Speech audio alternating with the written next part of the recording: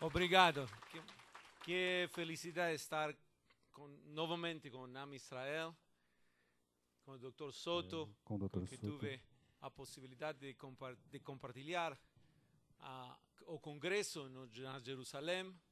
Gabriel e eu venimos de Israel e traemos conosco saludo do povo de Israel para vocês, agentes da paz.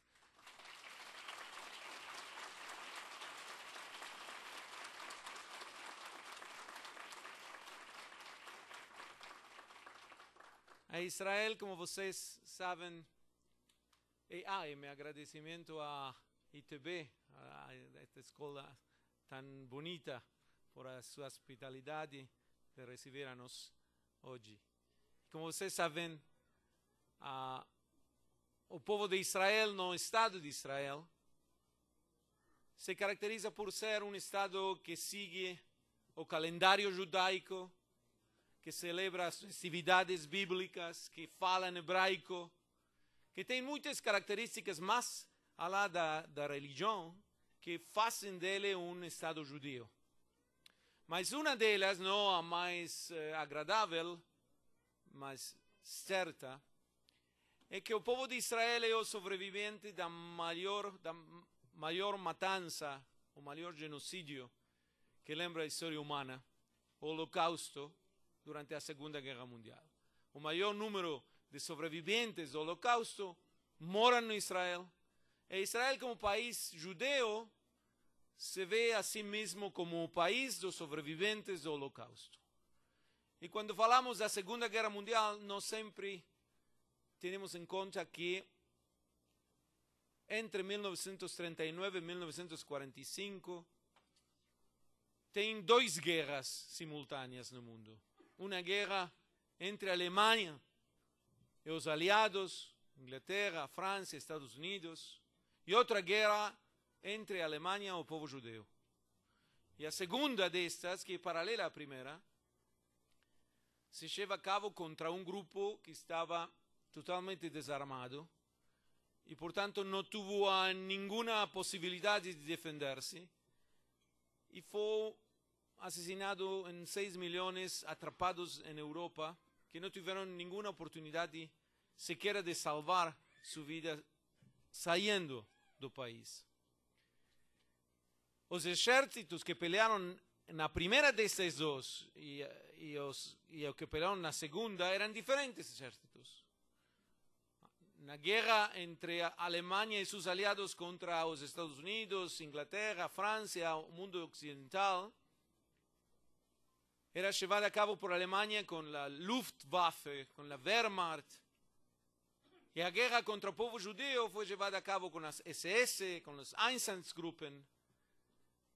Mas a diferença fundamental é que o povo judeu nunca pudo defender-se nessa guerra. E essa é a primeira ensinança que eu queria compartilhar com vocês. Houve muitos intentos de salvar o povo judeu da matança. Houve conferências internacionais com propostas de que podemos fazer com os refugiados judeus que estão sendo expulsados, maltratados na Alemanha e na Europa Central. Conferência de Bermuda, conferência de Evian. Nessas conferências, delegados de diversos países, eles plantearam, algunos deles, nós simpatizamos com os judeus, mas não temos lugar para eles. Outros plantearam, não simpatizamos. E outros plantearam, nós quiséramos, mas não temos possibilidades de absorvê-los, etc, etc. Tem muitos motivos e delegados e representações que falaram e falaram, mas não tinham uma voz. Havia uma voz que faltava, era a voz do povo judeu.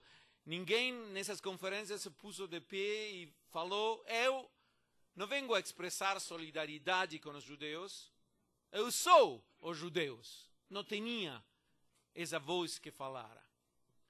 E vocês que sois agentes da paz, amigos de Israel, Am Israel, seguramente haveria sido das vozes que falaram a favor do povo judeu, em defesa do povo judeu, mas também aver sentido essa impotência de que falar e falar, nesse caso, não tinha nenhuma consequência. O genocídio continuava. E a primeira ensinança que para nós os judeus, especialmente os judeus de Israel, traz o Holocausto era indispensável criar um lugar nacional judeu que pudesse falar em nome dos judeus e fazer em nome dos judeus uma defesa ativa. Israel é provavelmente o único país do mundo que pode falar de si mesmo e dizer: se eu houvesse nascido 10 anos antes, haveria salvado a vida de 6 milhões de pessoas. 10 anos antes somente. Mas os judeus, o movimento sionista, a realização do Estado de Israel, foi uma carreira contra o tempo e perdeu essa carreira.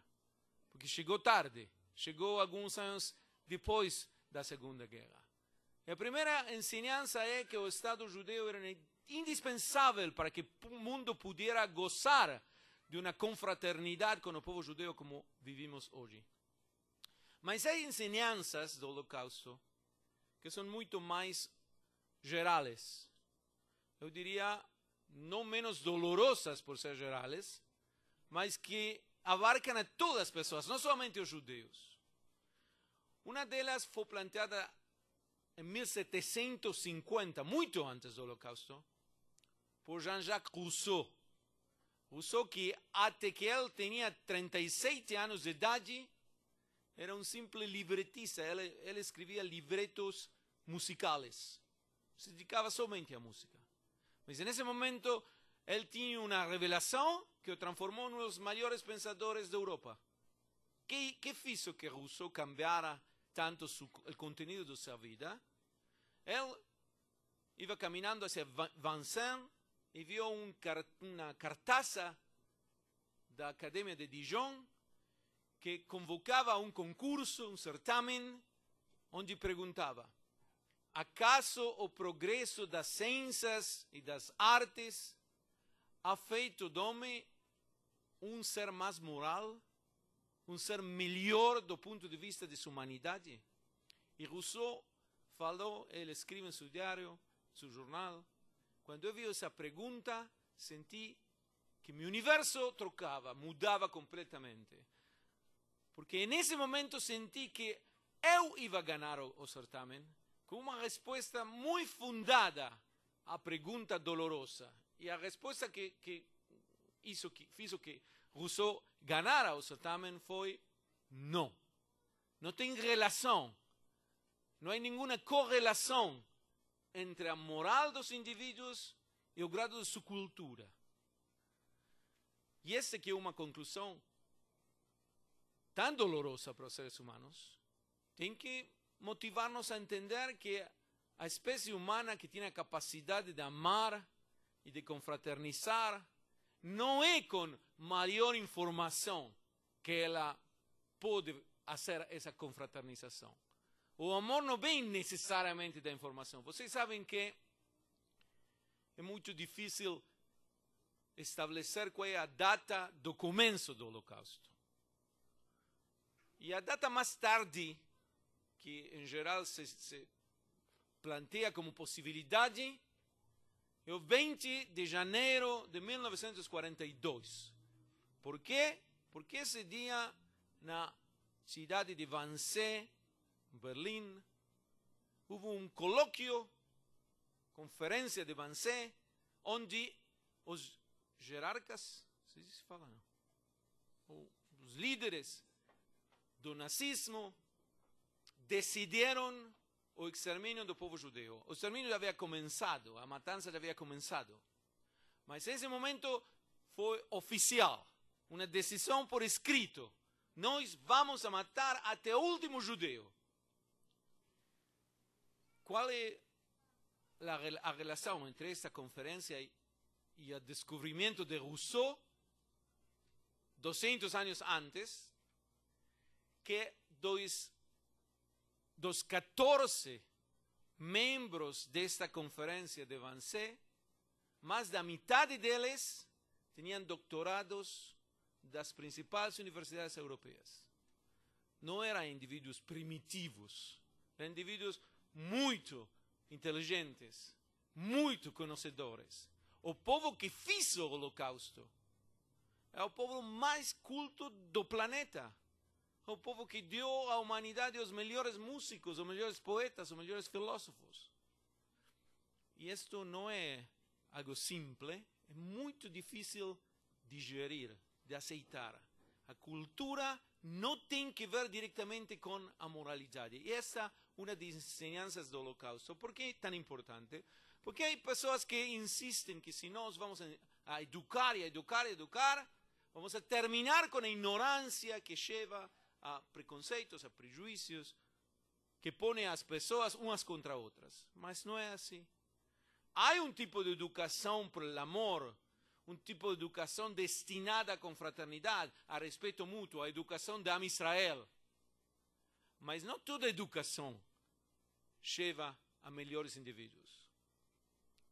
Há uma outra ensinança que eu queria compartilhar com vocês, das muitas do Holocausto, e também uma muito dolorosa.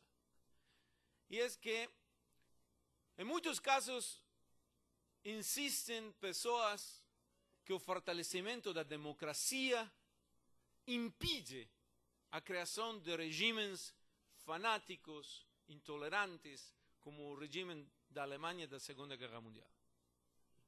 Mas aqui é um pequeno erro. É certo que a democracia é muito positiva. É certo que temos que defender permanentemente sociedades abertas, onde as pessoas não tenham medo de falar, de exprimir-se, ou de expressar-se. Sociedades em donde as minorias não sofram por ser minorias. Isto é nossa vocação, isto é nosso destino. Mas não alcança. Não alcança. Nós temos que ter consciência permanente de que há forças do mal na sociedade.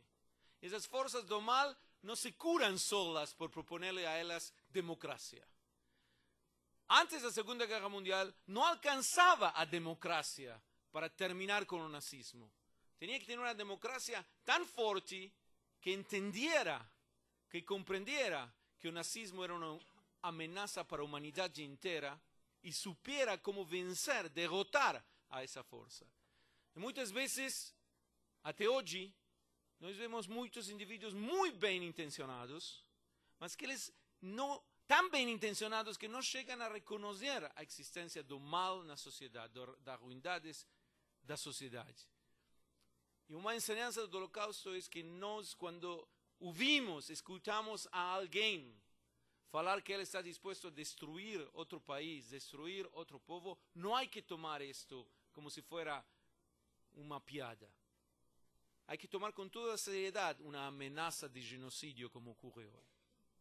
E, portanto, em Israel, quando recebemos ameaças de outros países, concretamente, o Dr. Soto mencionou a Irã, recebemos ameaças de ser borrados da face da terra, nós temos proibido tomar isto levemente e dizer, nós continuamos com a democracia e vivemos nossas vidas. Mas a situação de hoje não permite que somente continuemos com nossa democracia. Temos que saber como detener as forças do mal que querem nos destruir.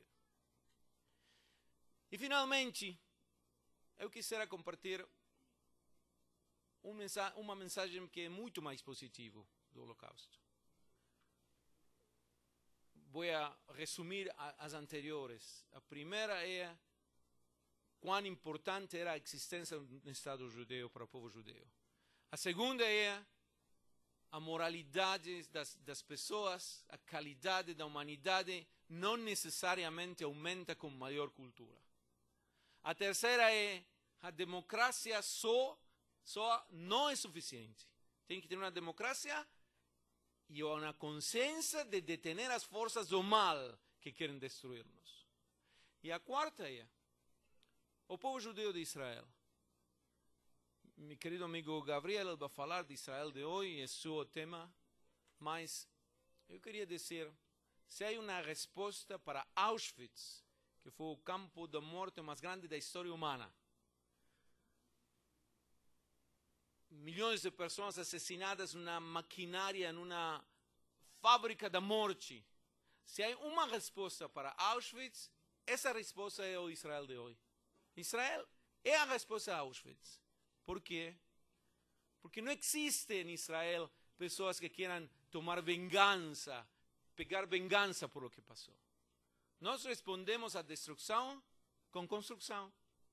Israel responde com maior tecnologia, com maior educação, com congressos para Israel, com difundir valores de moralidade, com tratar de conquistar o mais importante que devemos conquistar, o deserto, as dificuldades naturais, mas um pequeníssimo país que cabe 400 vezes no Brasil, e mais é menor em 400 vezes que o Brasil. Mais da metade dele é desértico, mas essa luta contra a natureza para fazer da natureza um lugar mais habitável é a melhor resposta. E da mesma Bíblia, se nos anunciam sempre a ideia de que devemos sentir-nos sobreviventes, mas não somente porque venimos de uma guerra, somos sobreviventes porque queremos construir uma nova sociedade. Não tanto mirar o mal, o ruim que foi o passado, sino quão fantástico vai ser o futuro se construímos o futuro com valores que são exatamente a antítese, ao contrário, dos que geraram o Holocausto. Muito obrigado.